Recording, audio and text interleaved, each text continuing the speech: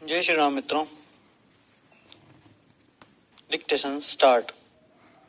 उपाध्यक्ष महोदय, मैं समझता हूं कि अब तक इस वैदेशिक नीति पर न केवल इस ओर के सदस्यों ने ही बल्कि दूसरी ओर के सदस्यों ने भी प्रधानमंत्री जी को धन्यवाद दिया है। इसलिए मैं अपनी तरफ से धन्यवाद देकर उनका बोझ बढ़ाना नहीं चाहता।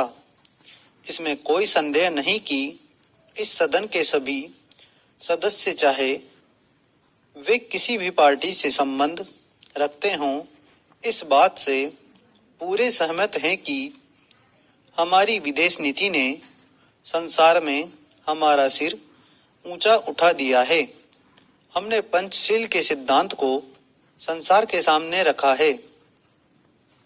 यदि हम उस के आधारभूत सिद्धांत पर दृष्टिपात करें तो हमको पता चलता है कि हमने संसार में एक जो सबसे बड़ा काम किया है वह यह है कि हमने तनाव को कम करने का प्रयत्न किया है।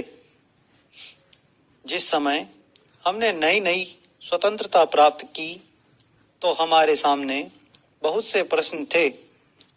उनके साथ ही हमारे दो बड़े गुट थे जो कि एटम बम और दूसरे बम लिए हुए हमको चुनौती दे रहे थे कि अगर हमने उनमें से किसी एक गुट में सम्मिलित नहीं हुए तो हमको बड़ी कठिनाई होगी। उस समय भी हमारे प्रधानमंत्री ने हमारे देश की वैदेशिक नीति को इसी स्तर पर रखा जिसके कारण आज हम संसार में अपना सिर ऊंचा उठा सकते हैं। हमने जो संसार के सामने पंचशील के सिद्धांत को रखा उसका सबसे बड़ा फल यह हुआ कि एक सम्मेलन हुआ जिसकी ओर मैं आपका ध्यान दिलाना चाहता हूं।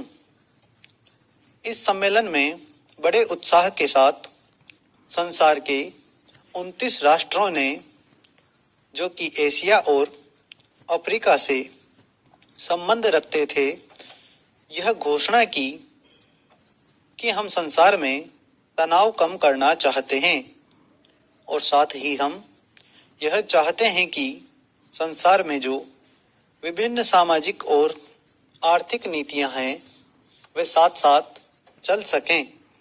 हमारी वैदेशिक नीति में जो सबसे महत्वपूर्ण चीज है वह है सह अस्तित्व की भावना। उसी भावना के फलस्वरूप हम देखते हैं कि आज कोरिया का युद्ध नहीं हुआ जो कि एक तीसरे विश्व युद्ध के रूप में परिवर्तित हो सकता है। हमारी इस नीति के कारण हमारे अमेरिकी मित्र हमसे कुछ अप्रसन्न भी हो गए, लेकिन यदि हम ऐसा न करते तो आज संसार को तीसरा युद्ध देखना पड़ता। मैं बहुत ज्यादा समय नहीं लूंगा, थोड़ा ही लूंगा। स्टॉप। धन्यवाद।